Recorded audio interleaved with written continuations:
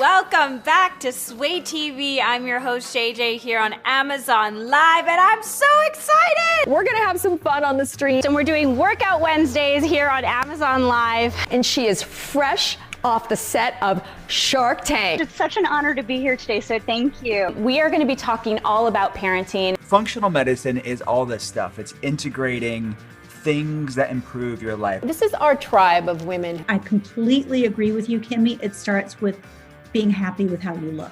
What is the key to a successful business? We made history here on Amazon Live. Would you ask her out again, Michael? I am so excited for today's Battle Shop Live. And it's Brad Grunberg. Hi, Brad. What more could you want than the Self-Love Workbook? Rosalind just said this is better than Netflix. Oh, Naveen says this is better than Netflix. Yes! Here we go. There's a Tesla. You can actually buy a car on Amazon. That is so crazy. The perfect gift. Yes, we got our Drake's Cake break. David is live streaming. We got it right up in the corner. I love this. Oh, that feels so good. Oh my God, that is the coolest thing ever. So awesome. Shake, shake, shake. Shake your zoo life. This is fun.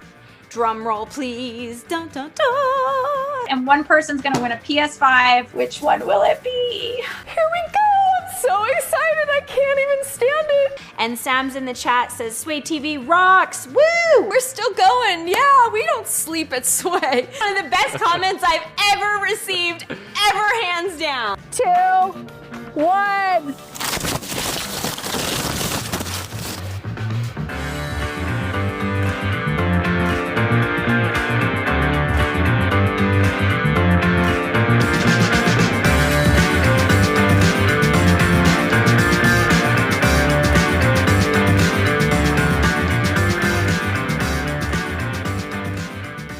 All the time streaming live. We're sharing great products. We're doing great interviews and amazing giveaways. Amazon, we love you, Amazon.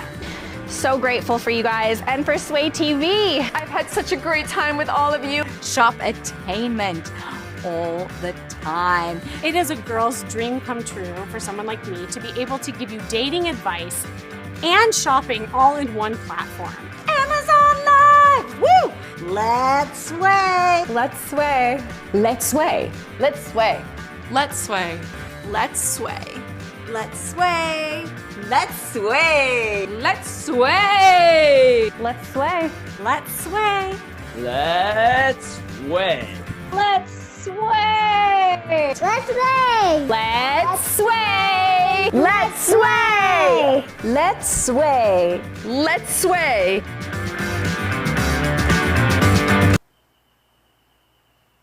Good morning, everybody, and welcome to Sway TV. I'm your host, Candace Kita, and I'm coming to you live. That's right, I'm coming to you live, and I can't even say it's sunny Los Angeles because it's 6 o'clock in the morning, and you know, the sun is not even out yet, but we're so happy to be with you live this morning on Thursday. You know what, you guys? It's almost Friday, isn't it? Can you believe it? Is it just me, or I just feel like this week has just flown by? I mean, I feel like it was last Friday, like 2 days ago. But anyways, good morning. How are you? And thank you so much for joining us here. Ezra, so you totally agree with me. Good morning, Ezra. How are you? Thank you so much for joining me here at Sway TV. I know, I feel like this week went by so fast, and I can't believe that it's already the weekend, almost. So what are you doing this weekend, Ezra? Do you have any weekend plans already? Honestly, if you were to ask me, I'm probably going to sit in my bathrobe and fuzzy slippers all day, and I'm just going to binge watch something on Amazon Prime. I'm not joking. Actually, what I might do is, if we were talking recently, and you guys were telling me in the chat, we were just, talking about some of our favorite shows on Amazon Prime, and so many people said American Gods, that there's like 3 seasons of it on American Prime. Do you guys know what I'm talking about? Have you seen it before? I haven't seen it.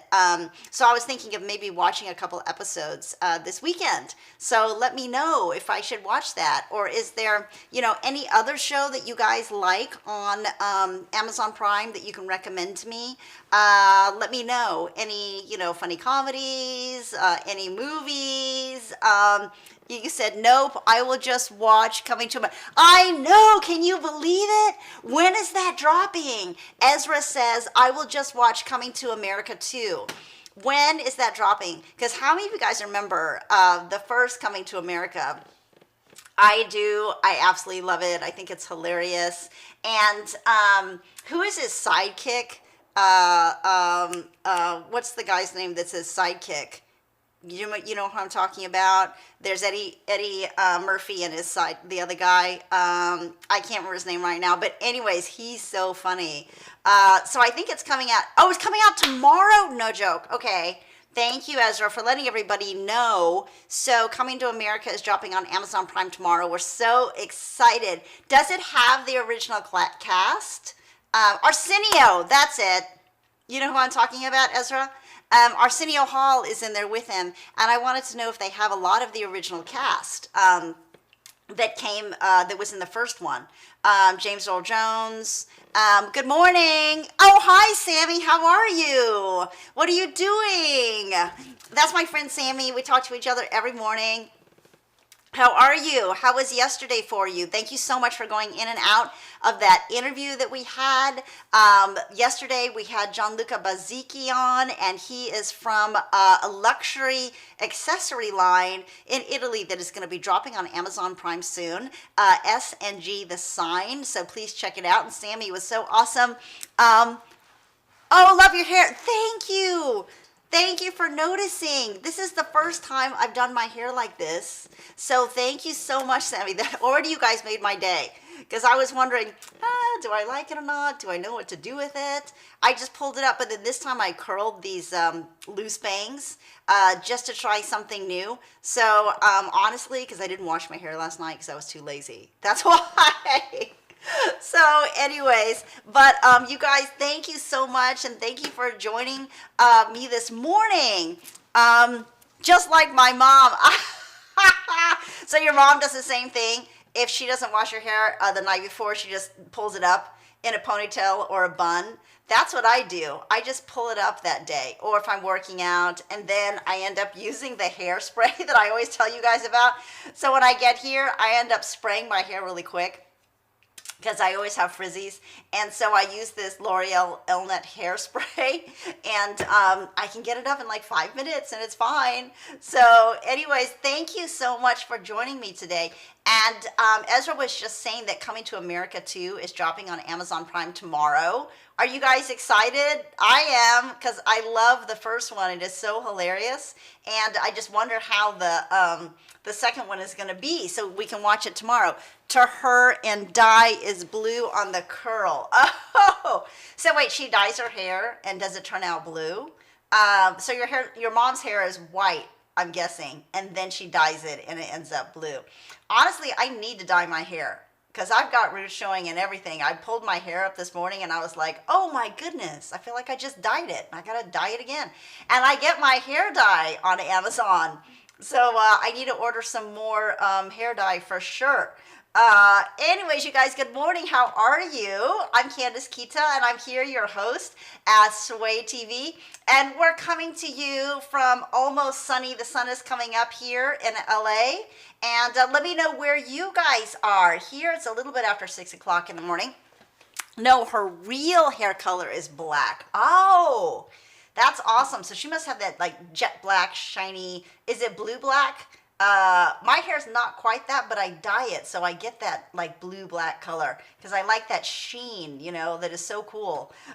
So anyways, you guys, what are your weekend plans? Because can you believe it? I was telling Ezra, isn't it weird that it seems like it was yesterday was Monday, and now it's already Thursday. Go figure, it's almost the end of the week. I'm just looking up to see. Yep. Oh, that's her hair. That's awesome.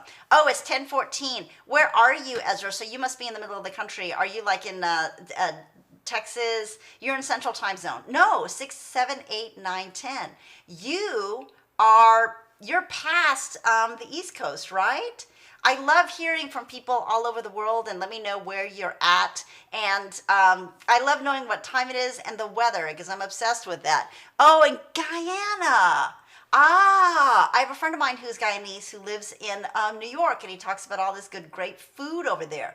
How are you guys over there? Is it warm and balmy? I hope it is. Here it's only 44 degrees this morning. It's been kind of chilly for LA, right? Because normally we're the ones that always have the sunny weather like Miami, but not now. It was freezing this morning. So anyways, if you guys are just joining us, welcome. Good morning here at Sway TV. Yeah, Guyana in South America. Yeah, I know exactly where Guyana is. So I would assume it's warmer there right now. And you guys are a little bit ahead of us. The sun is just coming up here in LA, and I'm coming to you live from the Sway TV studios. And you know, you guys, I always look out my window. And one time I saw a bobcat walk by this early in the morning. Oh, it's sunny and 75 degrees outside. I am jealous. That is awesome. That's like a perfect day. What are you going to do with this day? Are you going to go out and go for a walk or just take a hike? I would totally do that if it was 75 degrees. And what are your plans for the weekend, you guys? Let me know. Ezra, Sammy, what are you guys up to this weekend? And like I said, right now I'm looking out my window here at the Sway TV studios, and I can tell you I can already see all the way down to Santa Monica. The beaches down there, Malibu. I think you guys, other parts of the world know about Malibu here. And I'm looking over the canyon. It's really beautiful, and the sun's just starting to pop its head up over the horizon there. Oh, you're going to walk outside? Oh, that sounds awesome. Are you going to take your doggy? Or are you just going to walk by yourself? You're going to go for a dog walk? You guys, good morning, like I said, and welcome to Sway TV. Now, you guys, if you haven't done this already, go ahead. Oh, later. Okay, later you're going to go. Oh, you're just going to chill. Ezra, that's what I'm going to do. If somebody's going to ask me what am I going to do this weekend, I'm going to sit in my bathrobe and my slippers, and I'm going to sit on the couch and watch Coming to America 2. That's what I'm going to do. I'm so excited it's dropping. Thank you so much for letting us know. And you know, it's funny that you mentioned that because we're going to have a really great guest just coming up in a couple of minutes, and she's going to be talking about all the awesome shows, films and movies and that you can find here on Amazon Prime, and also about some of the special DVD box sets and movies that you can also get here on Amazon. So you can get DVDs, or if you're a member of Prime, which I highly encourage you to be if you're not, that you can see all these awesome shows like Coming to America 2. You know, and it's so interesting that now we're getting so many great movies, right, you guys, that are dropping right here on Amazon. Like, how convenient is that? You don't have to go anywhere. You can stay home. Oh, with your friend. Oh, Connie and your uncle. Oh, awesome, Sammy. That's going to be so much fun. So you guys are going to go a little later on because it's still so early in the morning, right? And Ezra says, yeah, exactly. And you know, it's so convenient. I love just knowing something's going to come on Amazon Prime, looking forward to it dropping. And so many people, like I asked this question the other day, and they were telling me their favorite shows that are on Amazon Prime. You know which one I loved? Which one was that? It's Fargo. Wasn't Fargo on Amazon Prime? Oh, and Pick Flowers out there. Oh, thank you, Sammy, for the Amazon doggy, the corgi. He's so cute. You always send me these cute ones, and I always think that I know them all, and I actually don't. Because didn't you send me, what's the one with the, he's got those Ray-Bans, remember those like 1980s Ray-Bans, and the Amazon doggy is like looking the other way. It's so cute, I love it. And what's the other one you showed me the other day where the Amazon doggy, the corgi, he's popping out of the Amazon box? And then the other one, oh yeah, see that one when he's looking with his little scarf? There he is, he's popping out of the box. He's so cute. Do you guys see him? I love it. What is the one where he's like balancing all those Amazon He's balancing all those Amazon boxes that he's got. That's so cute. There he is. I love it. Thank you, Sammy, so much for sending these. They always make me so happy. You have to keep getting up to see the message. Yes, like for some reason today, right now, I have to keep getting up a little bit to see the messages as they go up. So you guys, if you see me doing that, that's why I'm doing that today. That's so funny. Oh, isn't there another one when like the Amazon doggy is, he's actually ordering his things on Amazon on his computer? And Jax, good morning. How are you? Good morning. What are you up to? Thank you so much for coming in today. Oh, there's the Amazon doggy. It's so funny. Sammy just sent him, and he's ordering his boxes on Amazon. Oh, you're good, Jax. That's cool. What are you up to today? I'm just looking. Oh, Jax, thank you so much for starting to follow. That makes my morning. What are you guys up to? Oh, and an Amazon customer started following. Thank you guys so much. We're just talking about all the awesome shows that you can find on Amazon Prime. And some people were saying American Gods was a terrific show. And everybody's all excited because Ezra was telling me Coming to America is dropping tomorrow. Did you guys know that? Who's going to watch it? I am totally going to watch it.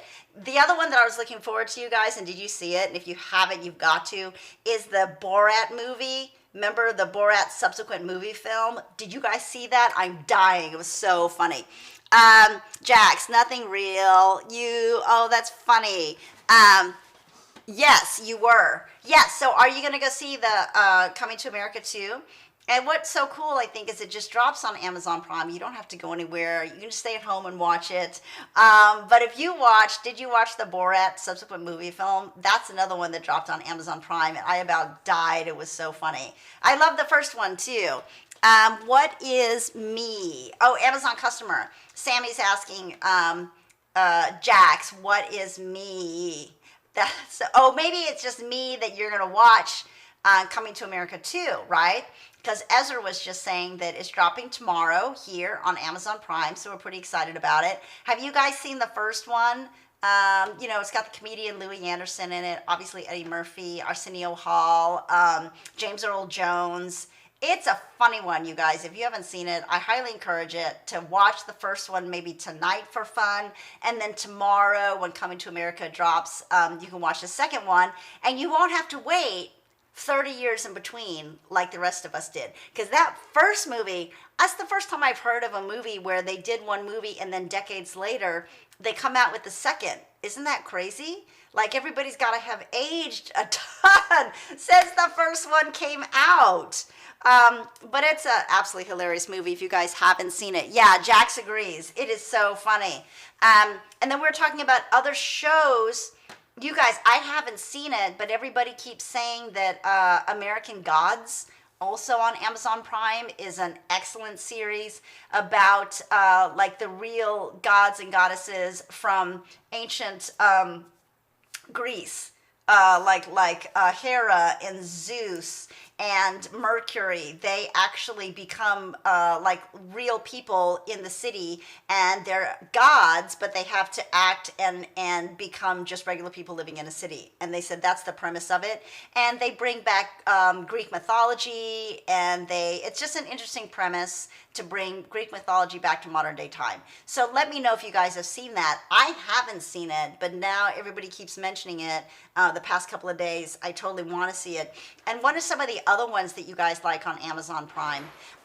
You haven't watched it. See, me too, Ezra. I haven't seen it, but everybody keeps going on and on about it.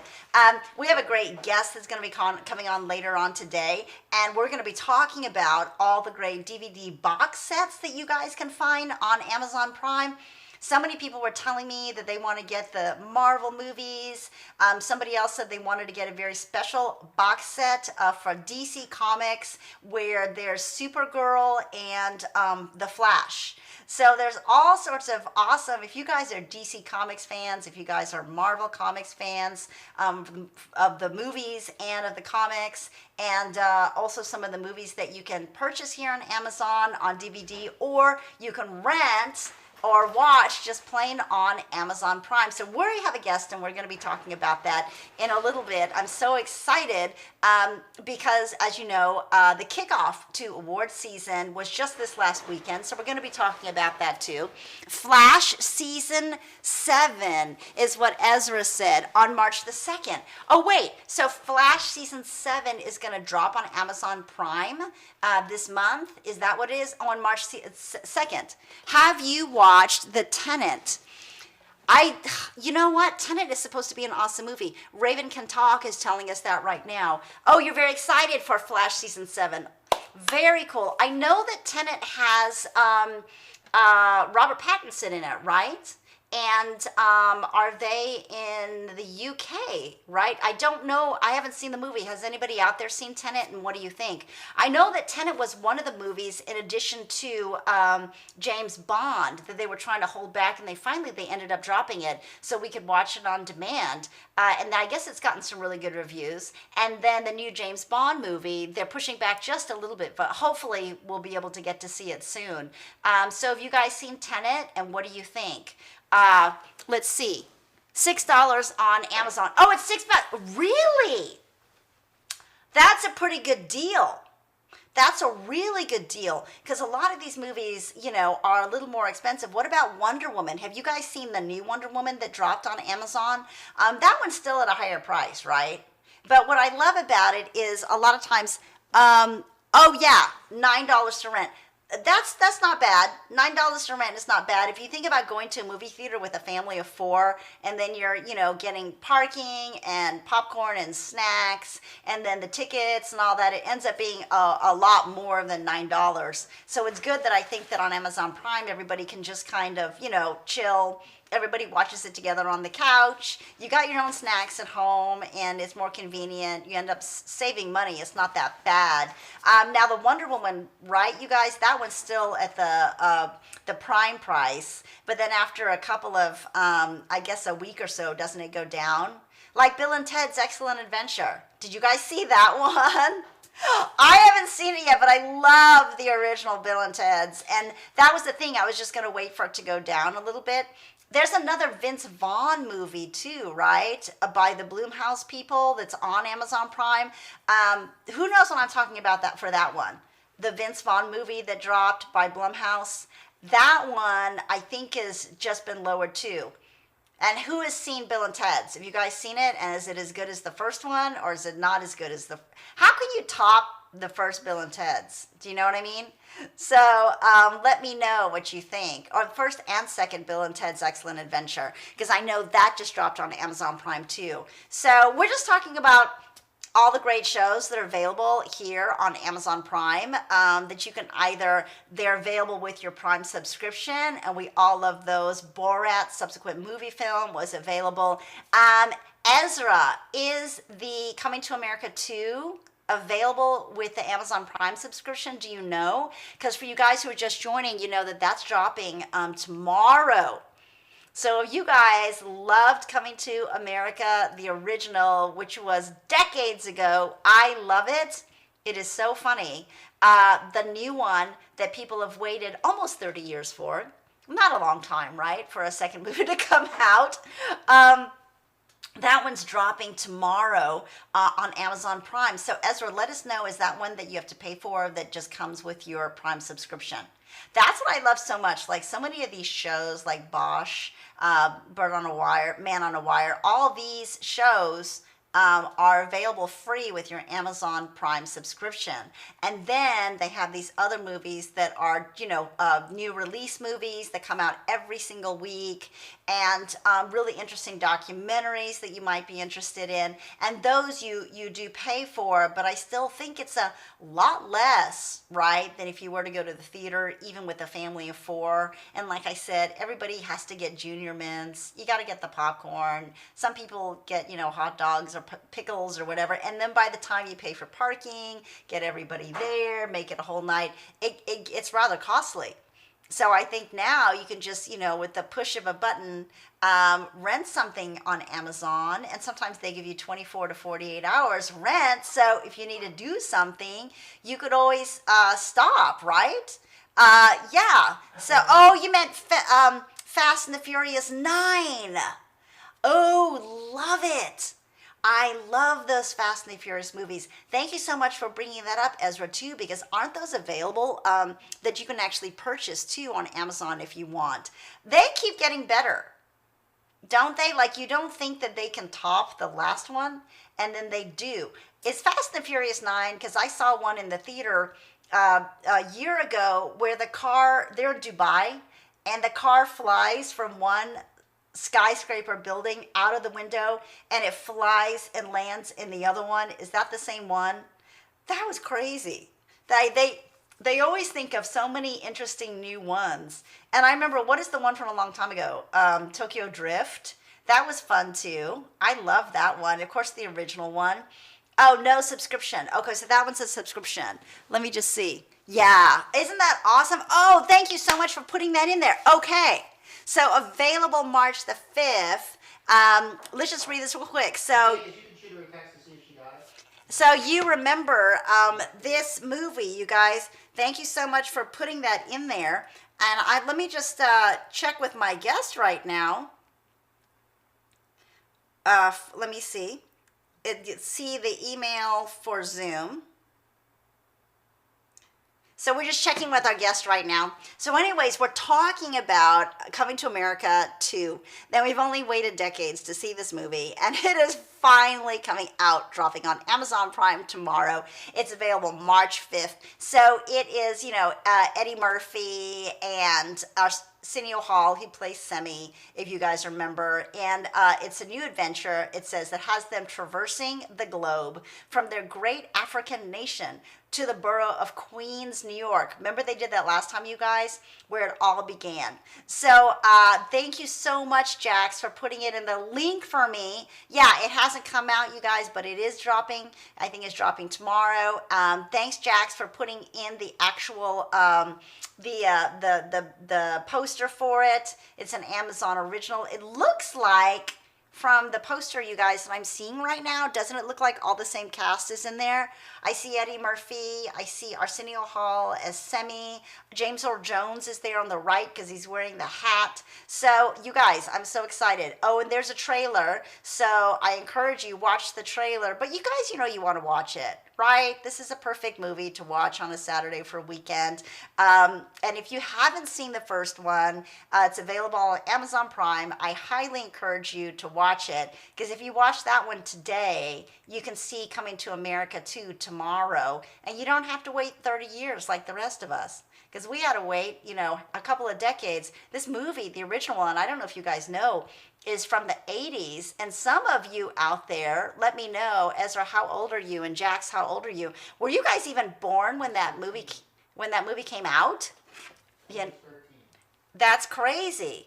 Thinking about it. I mean, how old were you? Let me know. No, she did not get the Zoom.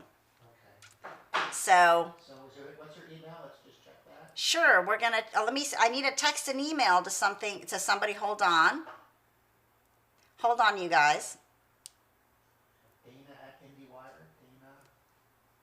Yep. At okay, I think I spelled it wrong. Hold on. That's okay. I'm gonna send it again. She's sending it again.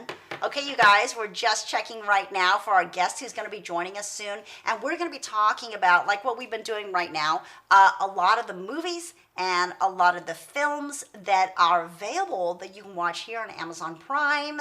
And also you can just go ahead and purchase DVDs, box sets, Marvel Comics, DC Comics, films, just all sorts of things here on regular Amazon. Ezra 13. Oh, Ezra, so you are not nowhere near being alive when the first one came out. So you did see the first one, or you didn't see the first one? Because it's almost like, in order for this second one to make sense, I think if you guys haven't seen it, then you should watch the first one first. Because basically, yeah, I know, it's so exciting. Basically what happens is Eddie Murphy comes with Arsenio Hall from another country in Africa, and they come to America and they end up in Queens. And so he's looking for a princess. This is the first one. I don't want to give it away. But he's looking for a princess, and he ends up going to Queens because Queens sounds like a place where a queen or a princess would come from. Get it? And he ends up in Queens, and it's just so funny. You guys have to. Do you watch the Grand Tour? What is the Grand? Oh, the Grand Tour. It's a series, right? It's a series. Hold on. Let me just make sure somebody got a Zoom link for our upcoming interview. Yes, it is a series. Good morning, Johnny. How are you? Thank you so much for joining us today. Yeah, he went to Queens, Ezra says. Oh, it's Top Gear. Yeah, Top Gear is another one, too. What is Top Gear about? And I know the Grand Tour is two guys are going someplace, right? I remember seeing it on the top of the marquee. Johnny, where are you coming in from this morning? Top Gear members. Oh, got it. Okay. So Jax was saying that the Grand Tour is an awesome show too. And then Top Gear hosts. Oh, the Top Gear hosts take you on a Grand Tour. Do they go across the country, I think, is what I was remembering from this. And is that also with just your Amazon Prime subscription, or is it one that you purchase on Amazon Prime to watch the series? So we're just talking about awesome shows that are available here on Amazon Prime. Oh, you're in New York right now. That's terrific. I'm just waiting for her to get back right now, and we're going to see. So we're about to go pretty soon here to talk a very special guest, and they're going to be talking about all these great shows that you can see right here on Amazon. So it's so exciting, you guys. They went everywhere in the world. Oh, Raven Can Talk was saying that. So Raven Can Talk, you've seen the show too. So they went everywhere in the world. Oh, that is so cool. Who wouldn't want a job like that? Wouldn't that be the most awesome job, you guys, that you get to go all over? And how about those food shows where everybody gets to go all over the world and eat food? That would be mine. So let me know what yours would be, because I love those shows where they go all over the world. I even think that, Anthony Bourdain's show is on Amazon, where he goes all over the world and tries all sorts of neat foods.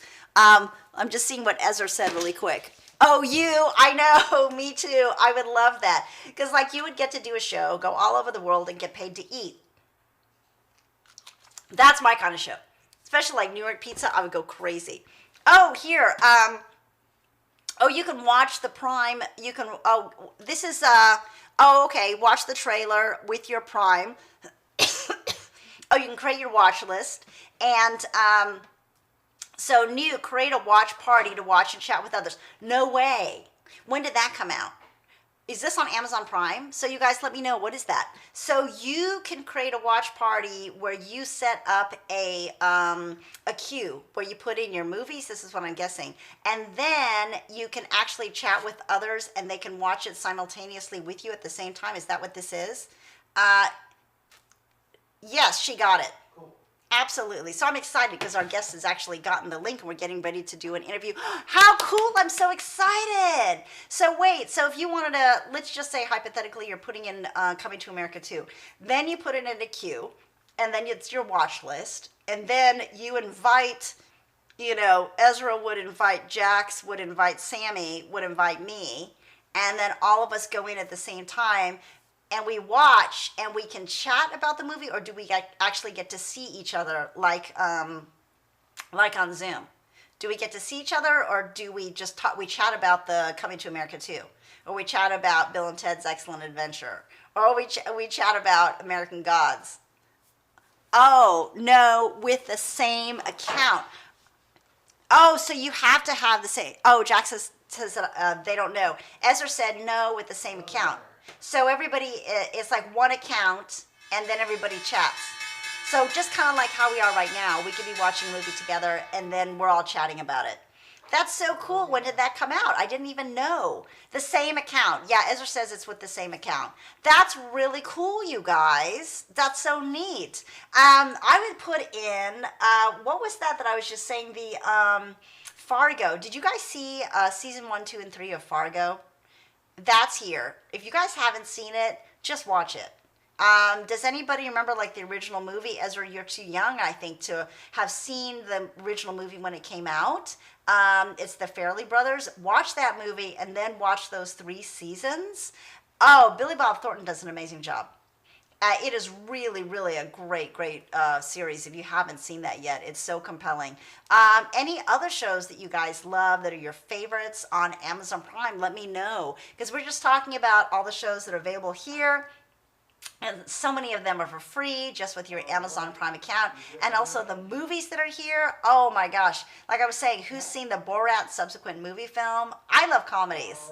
So I'm so excited about that. And you know, we're about to have a guest on today who's going to be talking a lot about some of the movies and films that are available here on Amazon Prime. We're going to be talking about award season because, you know, the kickoff was just on Sunday. So it's so exciting. How many of you guys watched the Golden Globes? Okay, there's Fargo.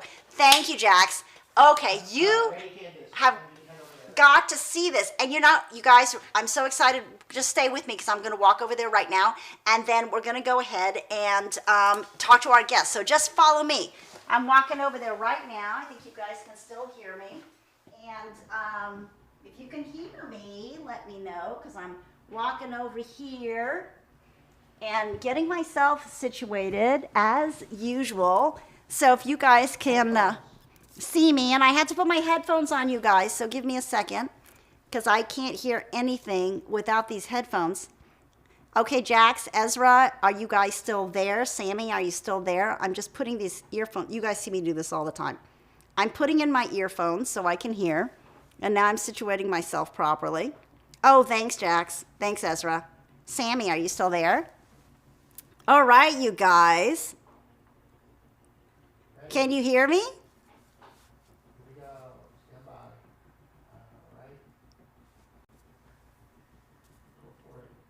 Good morning, you guys. Thank you so much for sticking with me. I'm Candace Kita. I'm your host here at Sway TV. And today we have a very special guest that I was telling you about just a moment ago. I'd like to welcome Dana Harris from IndieWire. Dana, how are you today?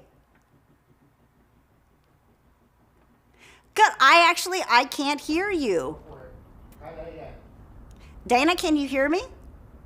Yeah, I can hear you. Oh, good morning. Yes, I can hear you now. How are you? Okay. Good. How are you? Good. Well, thank you so much for joining us here at Sway TV. Now, for those of you who are just joining us too in the chat, this is Dana Harris. She's the editor-in-chief of IndieWire. Why don't you tell our viewers a little bit about IndieWire and what you guys do if they've never heard of the magazine before? Sure. IndieWire covers film and television. We have been around for 25 years. We're owned by Penske Media Company, the same company that owns Variety and Rolling Stone. And we cover just about everything in film and TV, but there's a real focus on awards, actually, and the artists who are the most important in TV and in film. That's a big focus for us. Oh, awesome. So that's also why awards are a big deal for us, because we care about them a lot. Right. And we were just talking about like all the neat movies and films and documentaries, TV series that you can find here on Amazon Prime. And also you can go to Amazon and you can purchase a lot of these DVD box sets of your favorite shows. Now, Dana, also, we have a chat here. So for all of you who are watching right now, this is Dana Harris. She is the editor-in-chief of IndieWire. So if you have any questions or any comments about any type of show or award season, now is the time, your opportunity to talk to somebody who's really in the industry. Ezra says hello to you this morning and welcome to the show to Dana. And Ezra, if you have any questions that you'd like to talk to Dana Harris Bridson, now is your chance. Now, Dana, we know that this is actually, we just kicked off the awards season last Sunday with the Golden Globes. And so many people say that, and let me know if this is true, that the Golden Globes are quite often an indicator of who is going to win at the Academy Awards, Best Actor, Best Actress, Best Movie. Is that the case? Not exactly. The Golden Globes are more of a boost on your way to getting an Oscar, but they're not necessarily predictive. Really? The group that, yeah, votes, the people who vote on the Golden Globes are very small. It's How small? 97. 97 Is it people? Yeah, it's 97 or 87. I forget which. Yes, very, very, very small. And by comparison, the Oscars are just around 10,000. So it's a very different thing. I mean, just, statistically, it doesn't make sense that they would be a true predictive indicator. That said, if you're getting the attention of an award, that's not a bad thing for your chances for an Oscar, certainly. And there's times when the Golden Globes and the Oscars do align, but it's to say they're predictive is a bit much. Okay, got it. So I never knew that. Who votes? Who are the 97 people who vote for the Golden Globes? Well, it's kind of a complicated answer. Okay, so there's this group of people, and I really wish I could remember if it's 87 or 97. But the group is called the Hollywood Foreign Press Association, and the group is comprised of people who write about Hollywood, but largely write for largely write for publications outside Hollywood, outside America. So that's for so they're writing for not IndieWire, not for publications that are here, but for ones that are in the UK or they're in Germany or Russia or whatever. That's who they're writing for. The group was started as a way to try to give themselves more clout in terms of getting access to talent, because obviously it's like if you're working for IndieWire, you're going to get a lot more attention if you're working for some Russian publication that doesn't really mean a lot to Americans. And so they did that to get more clout, and the Golden Globes came out of that. So that's who's doing it, and frankly, it's a little controversial. There was a huge article in the LA Times this weekend about some of the controversial elements of the group, and so it's a little weird because the Golden Globes, on the one hand, we cover it, we write about it all the time. We certainly don't overlook it.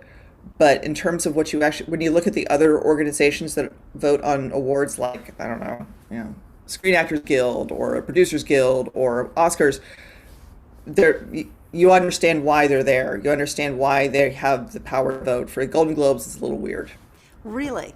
What's interesting, you kind of bring up an important point too, because when you talk about controversy within all of the award shows, sometimes there's controversy in regards to merit, as far as who should actually win because they gave the best performance, or sometimes there's special considerations and people say, oh, well, this person has been in the industry for 60 years, this nominee has never won, and because they are, have been in the industry for so long and they've given so much, a lot of times they will usurp the other person who people thought gave a better performance because they're younger, and a young person they said has more opportunity or chance to be able to win. And that's what I'm saying, is there's a controversy according to that.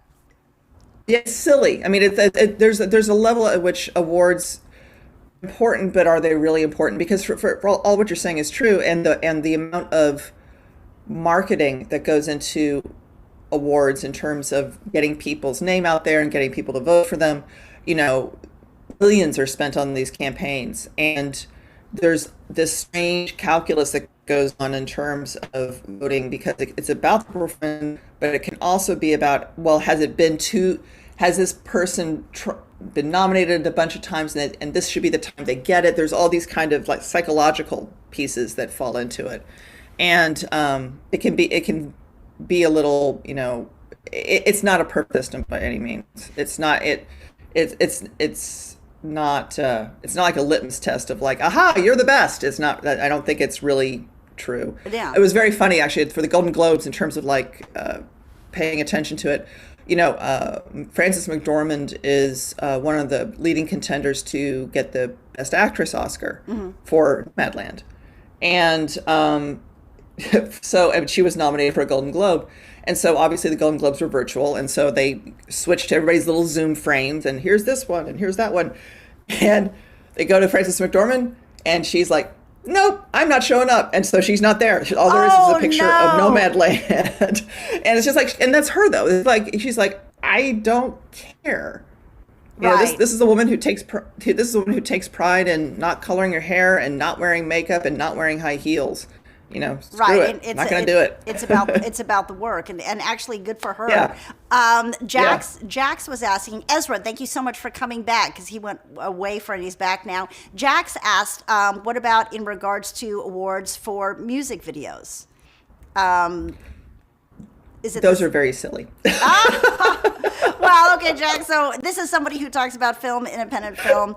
So I guess not so much about music videos, but you know. I mean, they're silly just because it's like that's like the MTV Awards or something. They are more. They're largely. There's a lot of marketing that goes into that. It's not like there's some organization that's in charge of voting for them. Right. It's a little hazy in terms of how they're created and who actually wins. Because I remember quite a while ago when Burt Reynolds didn't get the Academy Award for Boogie Nights, and everybody thought because of his age, his seniority, you know, the fact that he had been around for so long and had never won, that he was probably going to win. And then I remember it was kind of a big disappointment when he didn't win. Same with Bill Murray. Yeah. Bill Murray, what was the movie that he was in? Lost in Translation. Yeah, Lost in Translation. Everybody thought too, because all that he had contributed to the industry, and mostly, you know, he was in comedies, and finally he does a more serious, subtle piece. Everybody thought he would, and he didn't. Yeah, I mean, frankly, I think both of them should have won for those awards. I think that the problems were with Bill Murray. The Academy has always had its nose out of joint when it comes to comedies.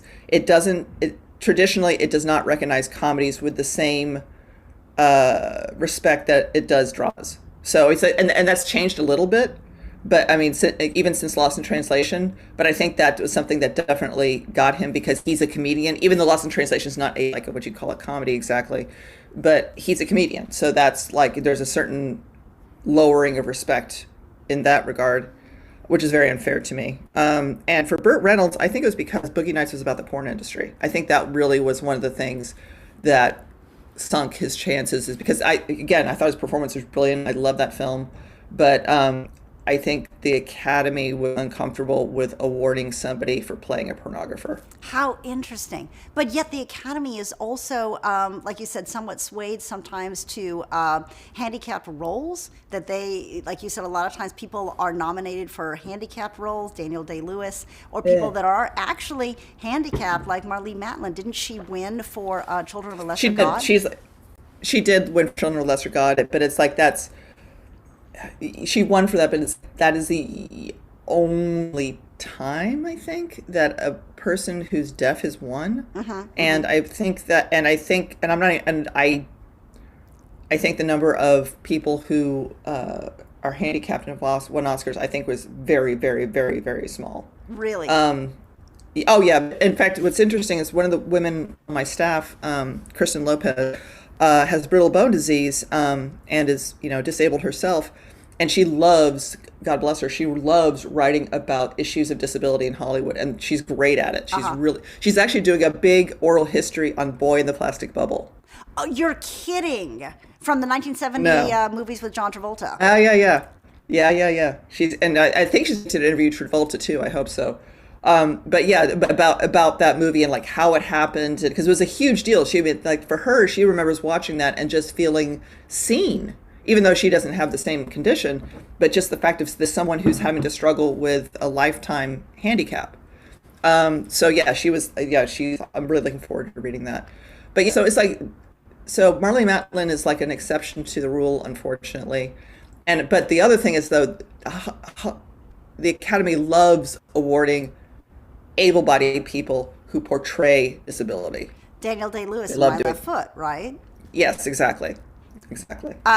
Jax is saying, I don't agree. Jax, what do you not agree with? Could you elaborate just a little bit for Dana Harris-Bridson here, who is coming to you as the editor-in-chief of IndieWire? And Kate just asked, where's TechPO? TechPO will probably be here, David and Wen, at about 12 or 12:30, just to let you know.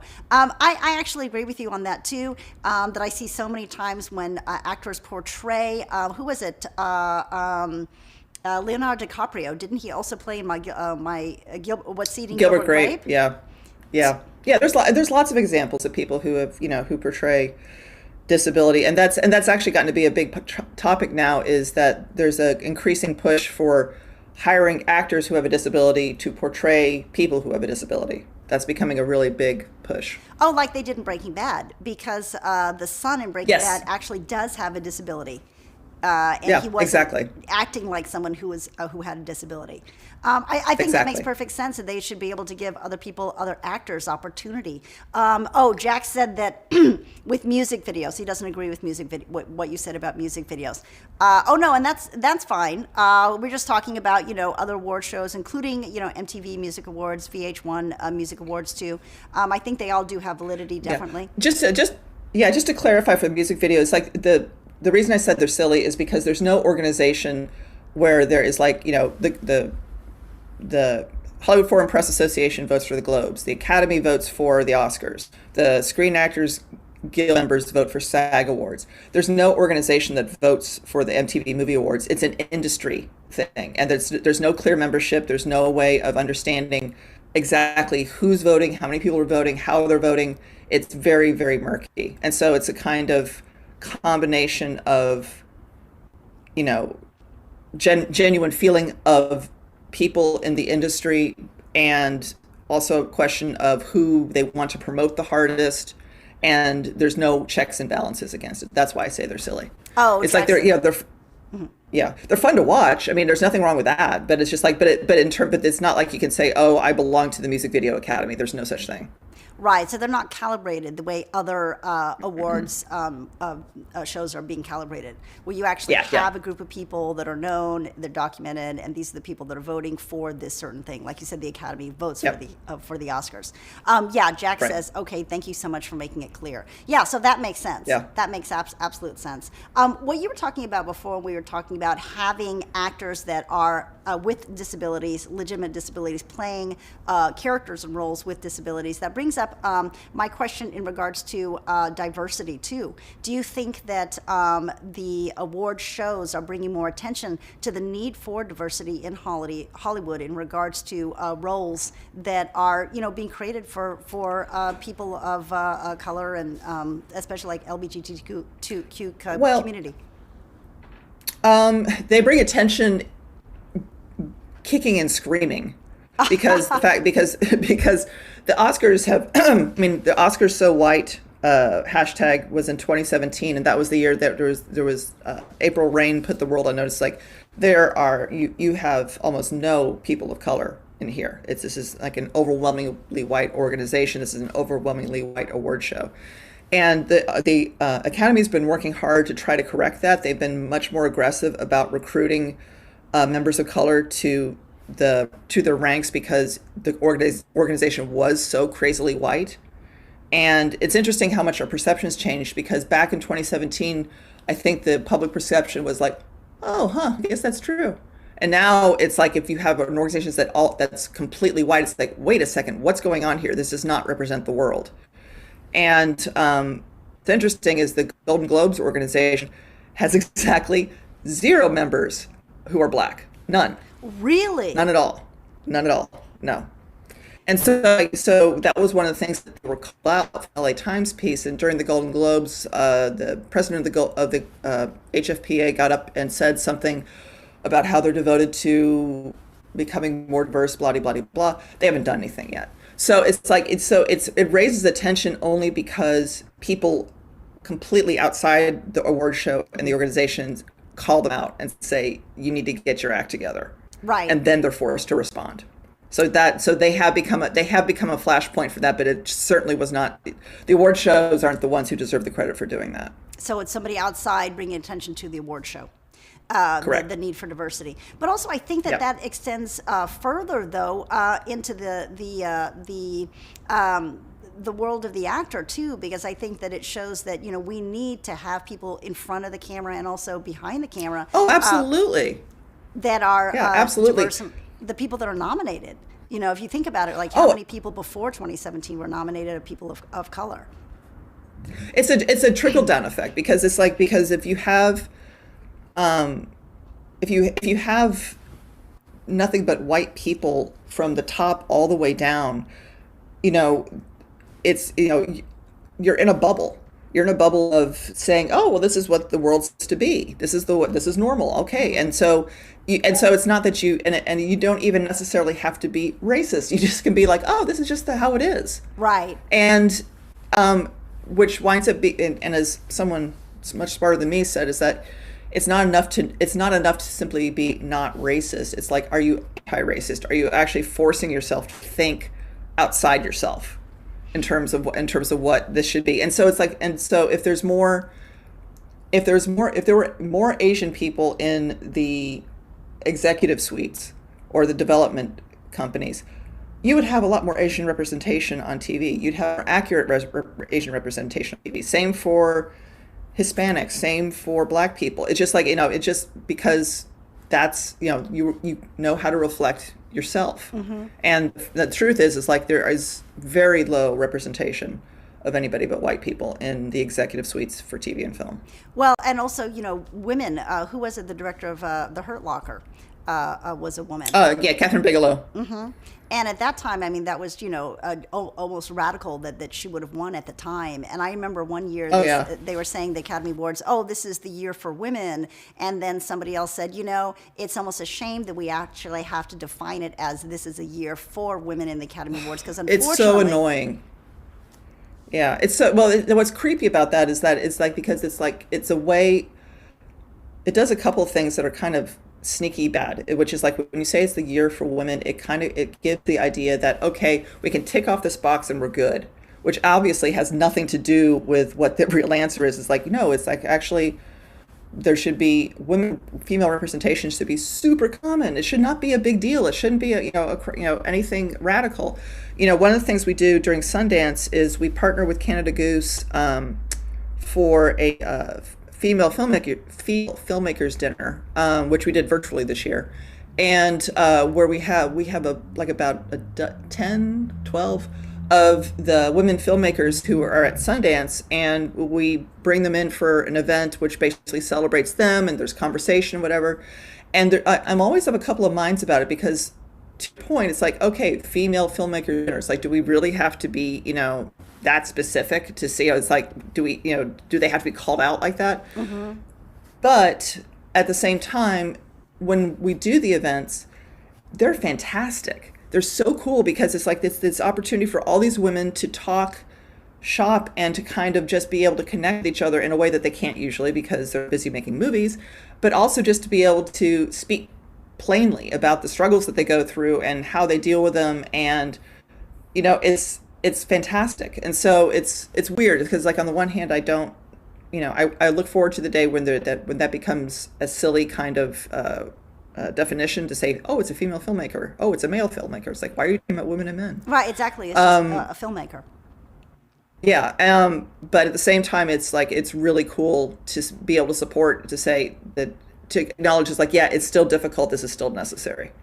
Which is, I see what you're saying, because it's kind of unfortunate. In one sense, it's like, yay, the Academy Awards at that time were about women, but then the other people were saying, why do we even have to clarify it? Is that, why can't it just be the status quo, and we don't have to see it as something other, that it's somehow an exception because we have women that are behind the scenes, that are directors and producers. I know a female director that I've worked with, and she was saying, it's so hard for her still in Hollywood to be taken legitimately, and that some people think of her as having it's your hobby, or this is something that you're just kind of doing. They don't take her as a legitimate filmmaker. And she was saying, which is Yeah, it's so insane. I have a question for you from Raven Can Talk. I have a question. What is the general threshold for an average person to enter the movie industry of acting? Does it have to be graduating from Film Academy or be referred by someone who has been already in the movie industry?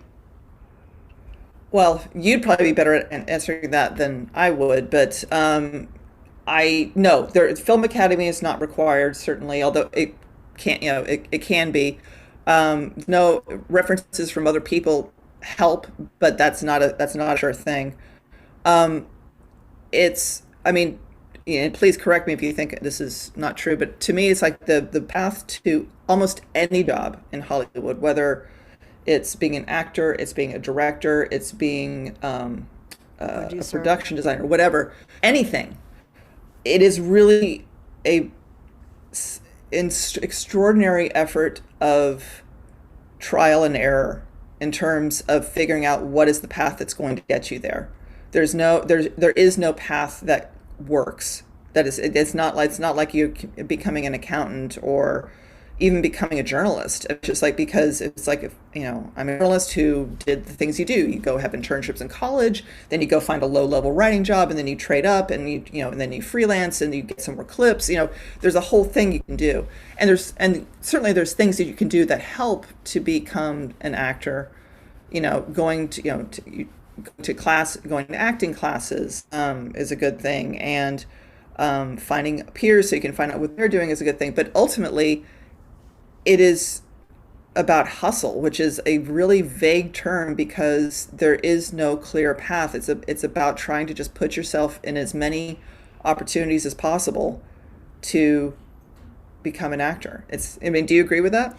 I do, because I would say, for one, it is hustle, and you said it's a vague term, but yet it's a term that everybody in Hollywood knows. Raven can talk, just to let you know that everybody knows the term hustle. Hustle as a verb is one of the number one things that we talk about, and it doesn't matter, like you said, there's no clear, concise path for hustle, but you know it. To seek every opportunity, and one of the things that I felt that I said the best piece of advice that I could give anybody, having been in the industry for about 30 years, now is don't say no, say yes. If somebody has an opportunity for you, seek that opportunity and have a positive attitude. And really, it's about self-motivation. You've got to be a self-motivated person in this business because nobody will do it for you. Your agent's not going to do it for you. Your manager's not going to do it for you. You have to seek opportunity each day. And I always say, a friend of mine said, one of the most valuable pieces of information was that what are the five things you're going to do each and every day for your own career as an actor, as a producer, as a director, somebody behind the scenes, whatever you want to do in this business, nobody will do it for you. And you've really got to have a clear and concise plan each day on what you're going to do. I would suggest, Ezra says they agree. Yeah, nobody is going to help you, and you really have to, have your mojo.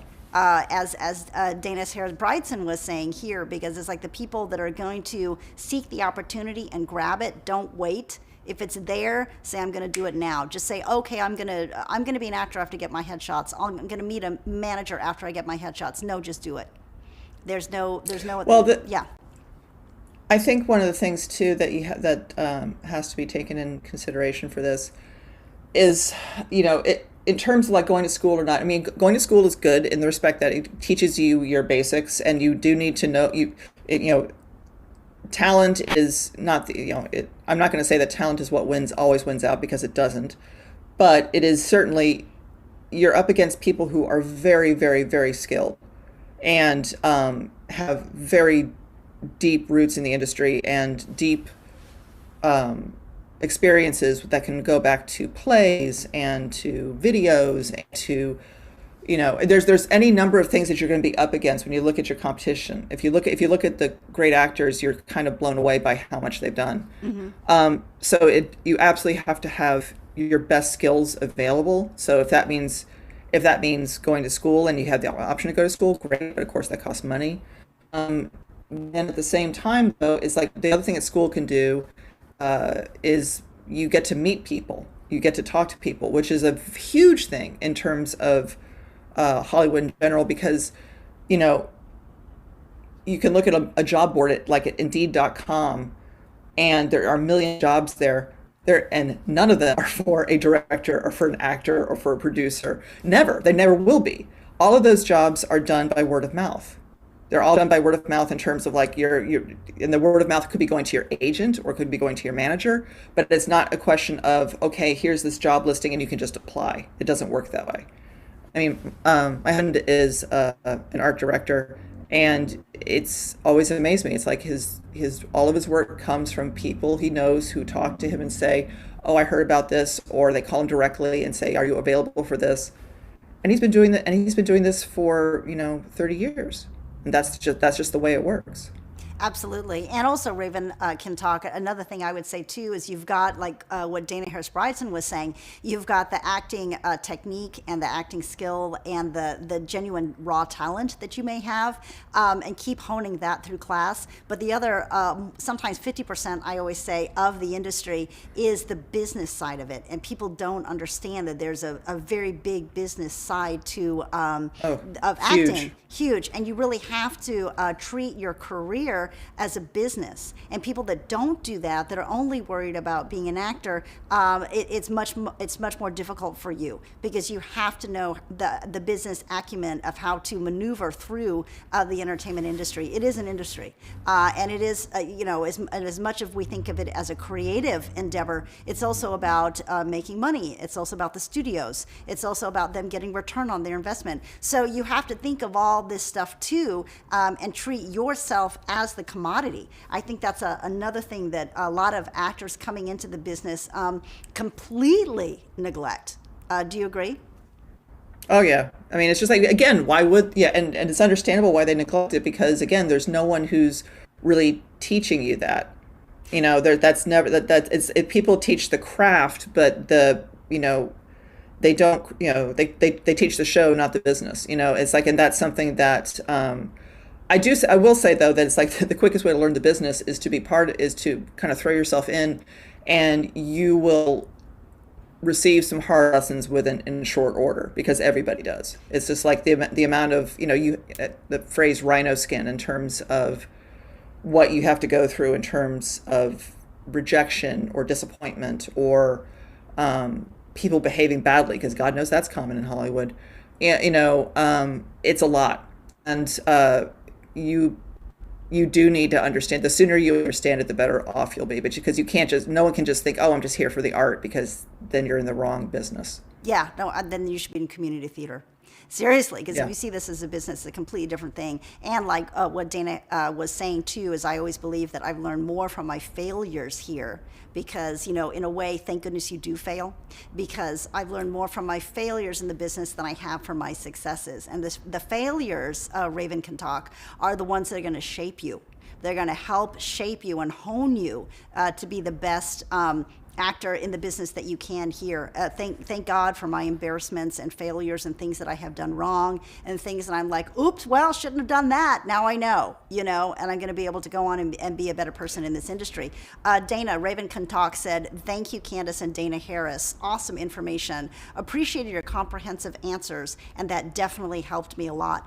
Of course. Awesome. That's why we're here for. Yes. And like I said, for those of you who are just joining us, we have editor-in-chief of IndieWire, Dana Harris-Bridson here, and she is here talking about we're also talking about all the great DVDs and movies that you can purchase here on Amazon, and also the shows that you can see here on Amazon Prime, because this is the kickoff. Last Sunday was the kickoff to award season, so we are here live with you on Thursday morning, and so we encourage you, if you are there, to leave questions, comments, suggestions, anything that you would like to ask her. Now is your opportunity. And going back to the award show too, we were talking about the need for diversity, and also the need for real handicapped actors to play handicapped people in roles. What about, I think, the most recently acknowledged community in the industry, I think, is the LGBTQ. So how do you think that they are being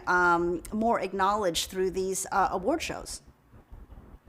Through the award shows, not that much, just because there's still I mean, there's some, sure, because it's like if if you're Ryan Murphy, obviously you've gotten lots of awards, and he did Glee, he did Pose, which is American Horror Story, and Pose is about but with is about is not about nothing but the LGBTQ community, and it has it made a star out of Billy Porter, Right.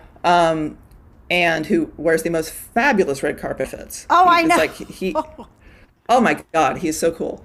So I think there's definitely a stronger presence. The funny thing is that Netflix recently did a study with USC Annenberg, because Annenberg does lots of studies of these issues about diversity and race and representation, but they usually only do it for against box office. And of course, there is no box office for Netflix because they're not in theaters. So they hired USC Annenberg to do their own study on Netflix shows to see how the representation shook out. And Netflix, to my mind, like if I'm just thinking about it, like if someone asked my opinion, I would say that they do a pretty good job of it. Mm-hmm. But when they did the study, Netflix was surprised to see like, oh, we actually don't do as good a job as we thought we did. Really? There's like for LGBTQ is like in terms of like having a primary character who identifies as that, I think was pretty low. It was like 21%, and it's just like, and to my mind, I would have thought, they're pretty good about it, but they're, it was fascinating and good on Netflix for releasing the data, because it's like, it was not like it was all bad. There was a lot of good in there too. But there's definitely areas where they're falling short, but they want to know that they're falling short and figure out how to correct it. Right. And actually, when you're talking about these different platforms, do you think that in the future that platforms like Amazon Prime and the others are going to basically take over movie theaters? Because we used to always go to the movies, right? That was a common thing that we do on the weekend or for date night. But now it seems to be all the big movies. And somebody, actually, Ezra, was it you that mentioned Tenet dropped was it on Amazon Prime? No, Tenet was in theaters, and then it went to it was in theaters for a long time. Then it finally went to premium VOD, and then to VOD, and the next stop for it, I'm sure, will be HBO Max, because it's a Warner Brothers movie, and Warner Brothers owns HBO Max. So in terms of what is going to happen, is like we talk about this all the time, because exhibition is in a really, really, really bad spot. They weren't in a good spot before the pandemic. It's really bad now. And what's happened now is that the studios are taking advantage of this opportunity, because everything went kablooey during the pandemic, to where studios used to have to keep their films in theaters for 90 days before they took them anywhere else. And now studios basically can write their own checks in terms of how long they want their films in there. And they don't want them there as long. They want to get them on their own streaming platforms. Really? So they don't want movies into the theaters as much as they used to, and instead they want to quickly move them over to the platform. What about also when you said that didn't Tenet go to the theaters and a platform simultaneously? Or because don't movies do that? No, they do. Movies do that all the time now. Mm-hmm. Like, that happens all the time. Raya and the Last Dragon, the Disney movie, which opens today, is going to be in theaters and is going to be available on Disney Plus, as long as you have to be a Disney Plus subscriber and pay $30 for a 48-hour rental. So that's that. So there's lots of different ways to do it. But the studios are simply looking at it in terms of which option is going to give me the most money. Well, the answer, ROI. Yeah. And the answer to that question is going to be different for every studio, for every film, and they want the flexibility to determine that. Well, and flexibility translates to theaters not as much. I was about to say, because somebody in the chat had mentioned the Fast and the Furious franchise, and I'm thinking also off the top of my head the James Bond franchise. These are movies that cost a tremendous amount to produce, and so what the ROI would be better to drop it in the theaters first, or drop it straight to a platform such as Amazon Prime. Well, everybody's watching this stuff right now. I mean, there's like, because there was a rumor last year that Netflix, and again, this is a rumor, so do not play, this is not something that's like, it should be taken as gospel. I think it was Netflix was looking at trying to buy James Bond, to buy the new James Bond. Oh, the one that's not out right now. Yeah, exactly. And for a huge amount of money. And they said no. At this point, it's still scheduled for release this fall in theaters.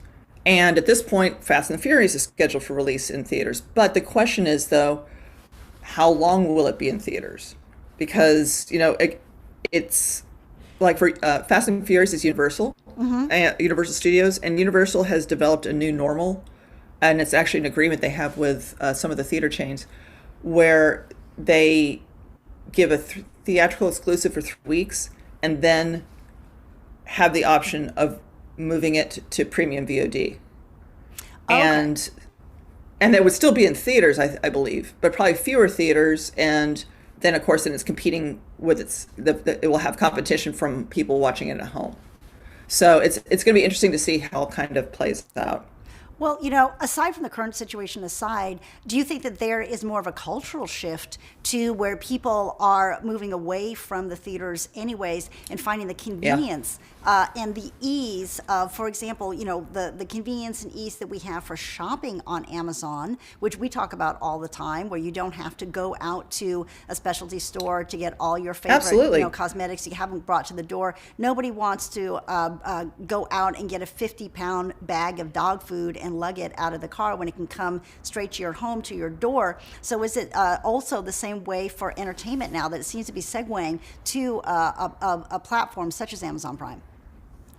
Yeah, I think it's like, I think that streaming is going to become the new normal. I mean, it's interesting. We spoke to the Russo brothers who directed Avengers Endgame and 3 other Marvel movies.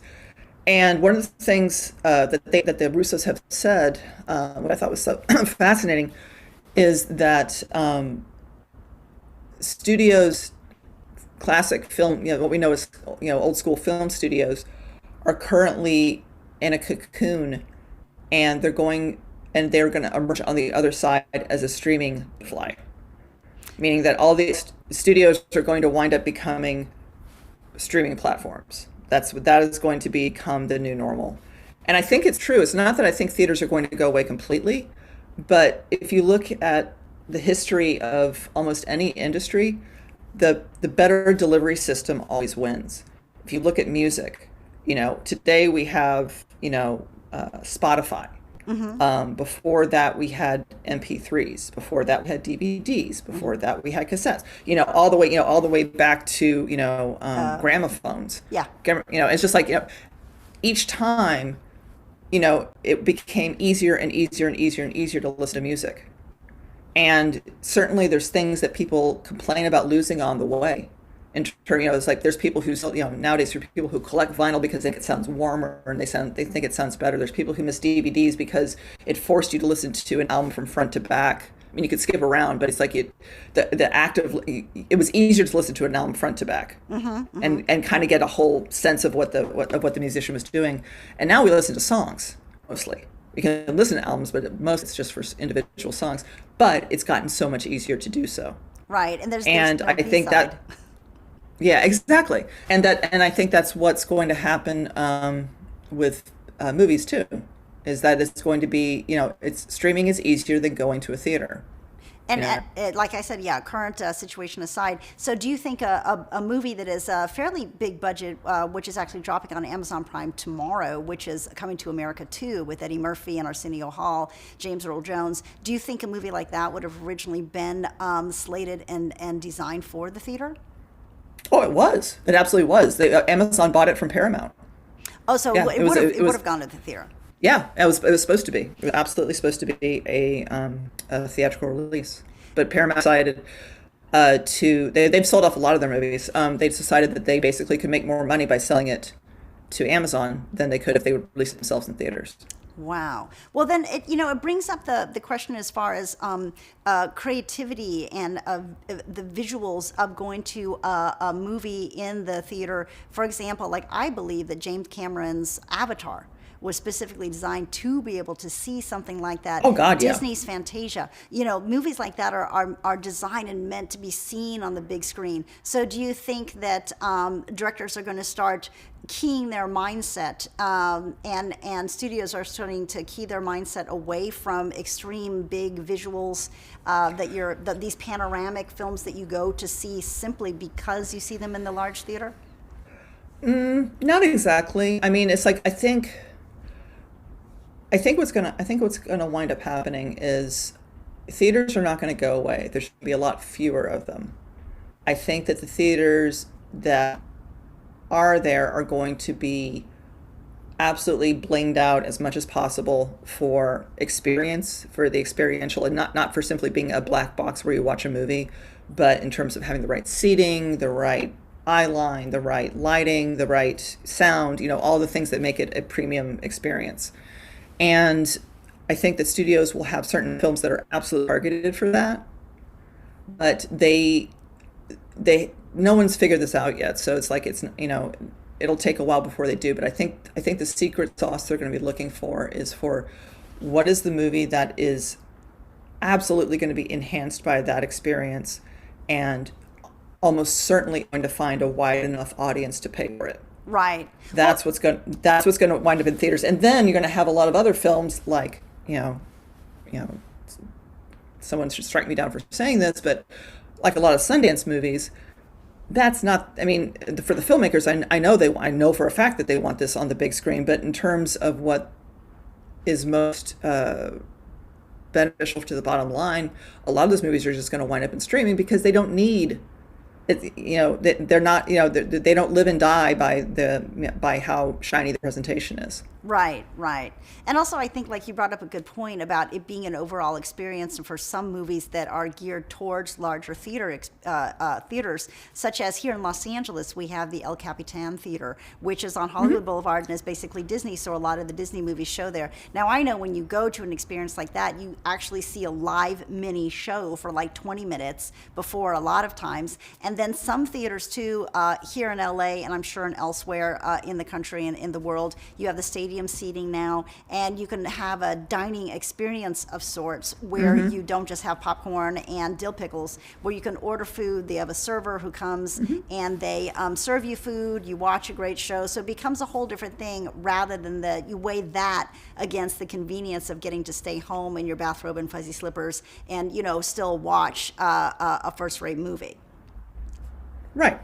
Yeah, exactly. But it's just, but I think it's really going to boil down to theaters are going to be almost exclusively about the big movies. And because the thing that's interesting too is that, Alamo Drafthouse, which is which is pretty much the company that was first to do the dining in theater. They did, they're based in Austin, Texas, and I love Alamo theaters. They're, the food is good, the drink is good. They're very good about making sure people aren't talking during the movie. But they just filed for bankruptcy protection and were bought out by a private equity firm. And obviously this is because of the pandemic. They had a lot of debt when the pandemic started, and they weren't able to service the debt, and so now this is the situation they're in. And it's frustrating because Alamo is a company that, they show a lot of the studio movies and and they need those studio movies to survive. But they're also known for showing a lot of like obscure movies and weird things. And, they have Fantastic Fest, which is it's a great festival of weird and scary movies. And, filmmakers love them, and filmmakers come to their events. There's all this kind of nice grassroots kind of thing that's part of it. But I think what we're seeing, though, is that it's like that may not be enough. It may not be enough in terms of interest. Tiny people are going to be going to theaters. To enticing them to the theaters. That actually brings up Yeah. that brings up a good point too with Amazon Prime here, because you see on one end here at Amazon Prime, you see these big movies like Coming to America 2, Wonder Woman, the new Wonder Woman movie just dropped on Amazon Prime, so you can see these an additional cost over your Amazon Prime regular subscription. But then you also have an opportunity because of the amount of content that a lot of these platforms such as Amazon Prime have. You have these opportunities for these weird, unusual, and kind of bizarre shows or documentaries or TV series that might normally not have a place. Because I remember a time, and you can remember a time when there was just 3 networks, and you've got a PBS and a local station. And so now, do you think that this gives more opportunity? Something like Amazon Prime gives more opportunity to filmmakers, indie filmmakers, young filmmakers, or filmmakers that are not that are off the beaten path to have their content, one, be purchased, be seen, and they have more opportunity to create. Yes, they do. Absolutely. It's like, although that's a tricky thing too. I mean, Amazon's really interesting in this regard because about 5 years ago, they launched Amazon Prime Video Direct. And what that means is that it's a platform in which people can present their films for upload, and not like home movies like that. I made a movie and now I want to sell it on Amazon, and they just allow you to put up any movie. I mean, within reason. They're going to make sure that it's not objectionable content or whatever. But and this allowed a lot of filmmakers to make money because they could have, here's my monster movie that I made for $300,000, and I'm putting it on Amazon Prime, and I'm making it available for rental, or I'm making it available for free with a Prime subscription. And if it's a rental, you get 50% of the rental cost. If it's on Amazon Prime, you get a royalty fee for how much it gets streamed. And that was a huge deal. And for a long time, a couple of years, Amazon had a thing called Festival Stars, where they would give you bonuses, filmmakers. Like if you screened in Sundance, you would get like $100,000 bonus for putting it up on Amazon. And what that did is it gave Amazon a huge library. Amazon has the biggest library of films of all the streamers. Oh, I didn't know that. Yeah, they do. That said, what's interesting is Amazon has changed their procedure a bit, though, because now they no longer accept documentaries for just upload. You can't, as if you're a documentarian, you wanted to put your documentary up on Amazon, you can't do that anymore. It's not a category they're interested in. I think there's a sense, frankly, I don't know why they chose documentaries. That seems weird to me. But I think what's happening now is that they have kind of hit critical mass, and they're going to become more picky about what can go on the site, because they want to make sure that they're supplying the best experience possible to Amazon Prime subscribers. And at a certain point, there's just so much content. It's so crazy how much there is, and it's so hard to find so much of it that I think they're putting on the brakes a little bit.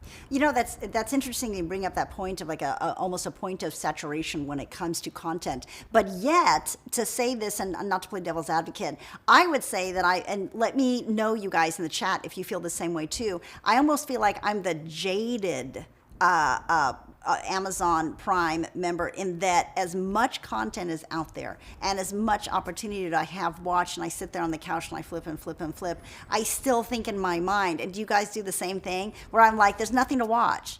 And I know it's so crazy coming from a time, like you said, there were 3 basic networks versus what we have now. But what do you say to that? Because I think that there's a point where we all become, as viewers, jaded, thinking there's nothing to watch when there's literally thousands and thousands and thousands of things to watch on Amazon Prime. Well, I think there's it goes into what they call like the tyranny of choice. When you have absolutely infinite choice, you have no way to focus. It's like a camera that's trying to find its set point, and it just keeps going all over the place because it can't figure out where to land. I think that's what happens for that too. I mean, it's like It's almost like you need some kind of mental hook, and it's a totally personal thing. It's not something that can be marketed to you. I don't even think that makes you go to watch something that we have bought. Oh my God, we have bought so many times, and we bought it on Prime. Completely obsessed with was Ink Master. I have now seen, I think, 12 seasons of Ink Master. 12. I didn't even know there was 12 seasons. Oh my God, it's so ridiculous. It's like, yeah, and we pay for it. We pay whatever the price is for the full season, $20 for the full season.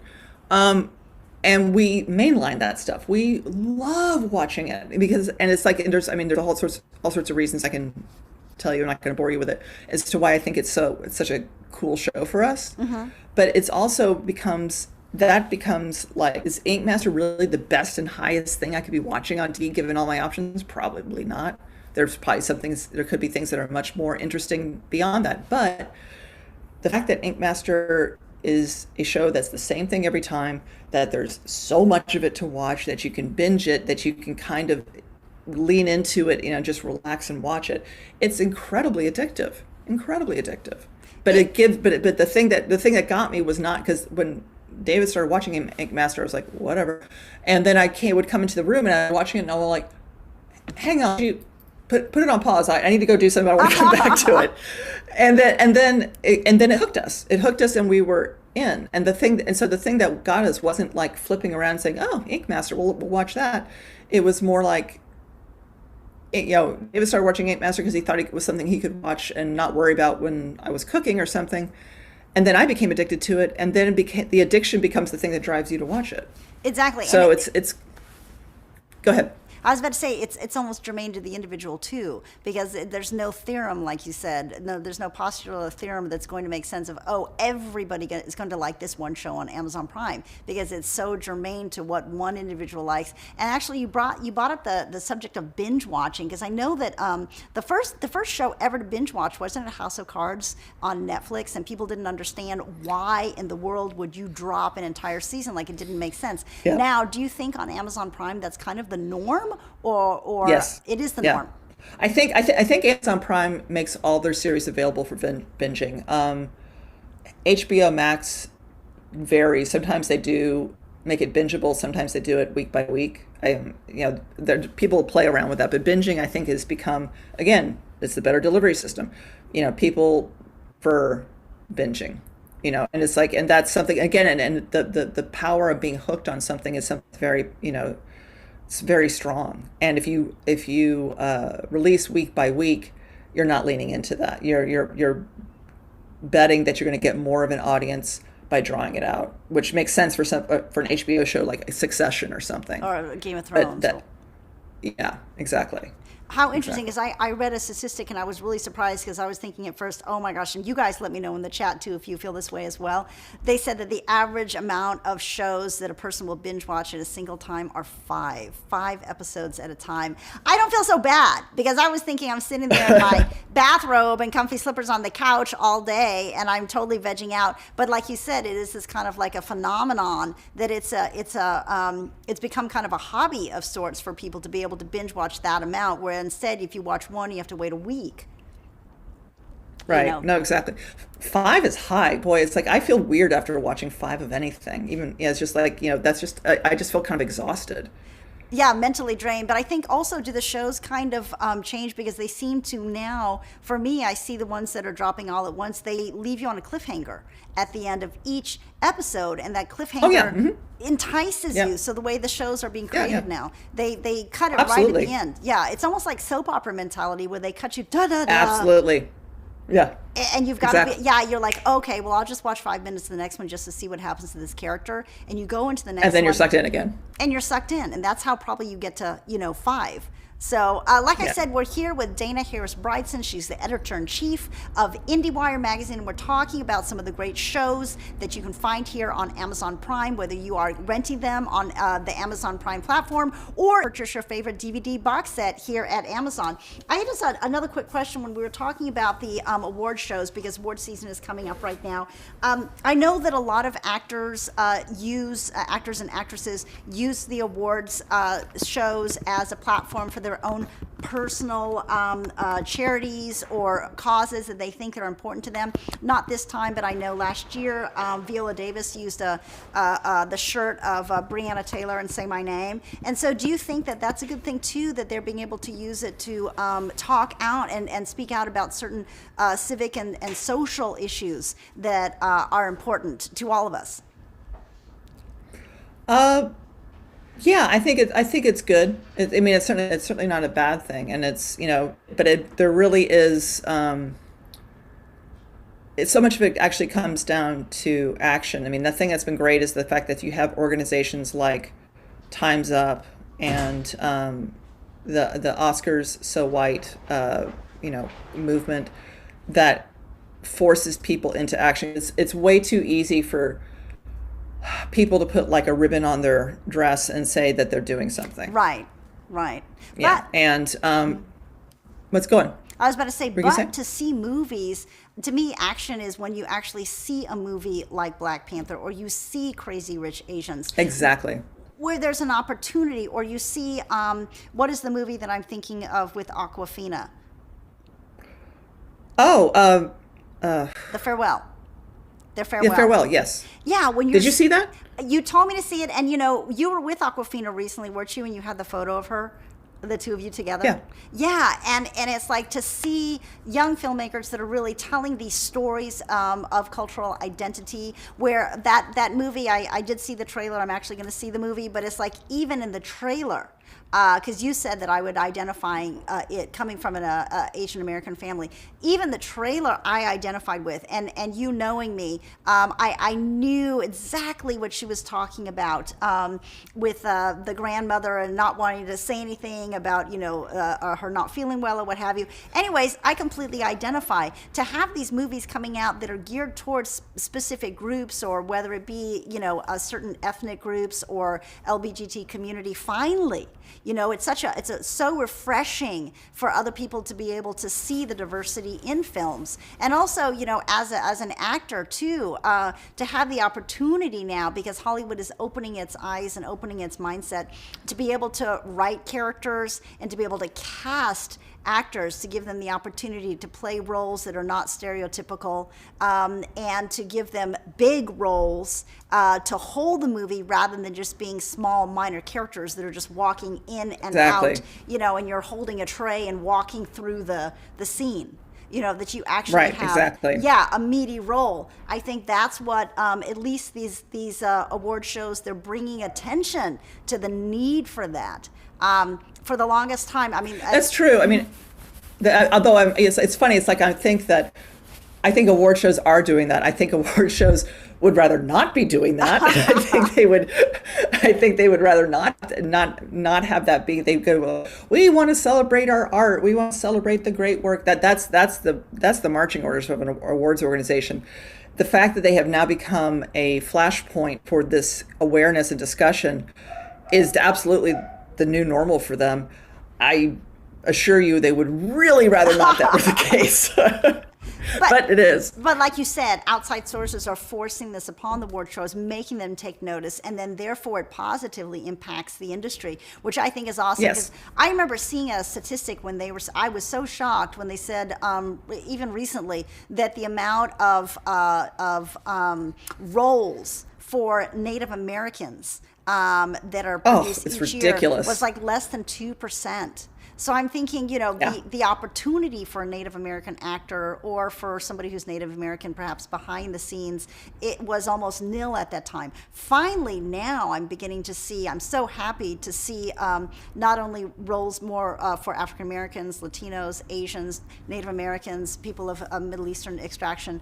I think these gates are being opened, and they're not playing stereotypical roles, but they're playing roles of just, people that you would see, and also people that don't necessarily have to, if you're an Asian person, have an accent, but why can't you be, the lawyer, the mom next door, a reporter, and so I think that it's being forced upon them, but I think it's also it's a very positive effect. No, I did too. And I have to get to work, so I'm going to leave you with this. Yeah, I'll leave you with this thought. I think it's absolutely true that that is happening, And I think there is definitely, I feel like, knock on wood, there's actual movement going on. But I also think that it will be essential for people to really lean into this hard for a long time. This is not something that's not a one and done. It's not something it's going to change quickly, partially because change never happens quickly. But the other thing that you always have to remember is no one ever gives up power willingly.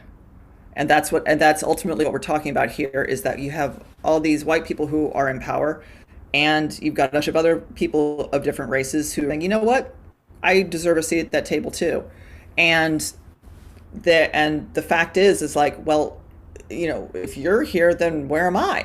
Right. It's like, and because there's it's always, Hollywood's highly competitive in the best of circumstances. Even when everybody thought it was normal that everybody was white, it was still hyper competitive. And now you're saying, okay, we need to bring in, one of our priorities has to be bringing in more people who don't look like you. That's a threat. People know that's a threat. Mm-hmm. And that's something that is going to be absolutely necessary in terms of how to make the change happen, is make this a consistent idea until it just becomes normal, which is going to take a while. The new norm. Dana Harris-Bridson from IndieWire, thank you so much for joining us this morning. And we are so excited. Thank you so much for being here with us. And you guys, thank you so much for being here with us today. We had such an awesome time, and we look forward to seeing you again. Thank you. Bye. Bye.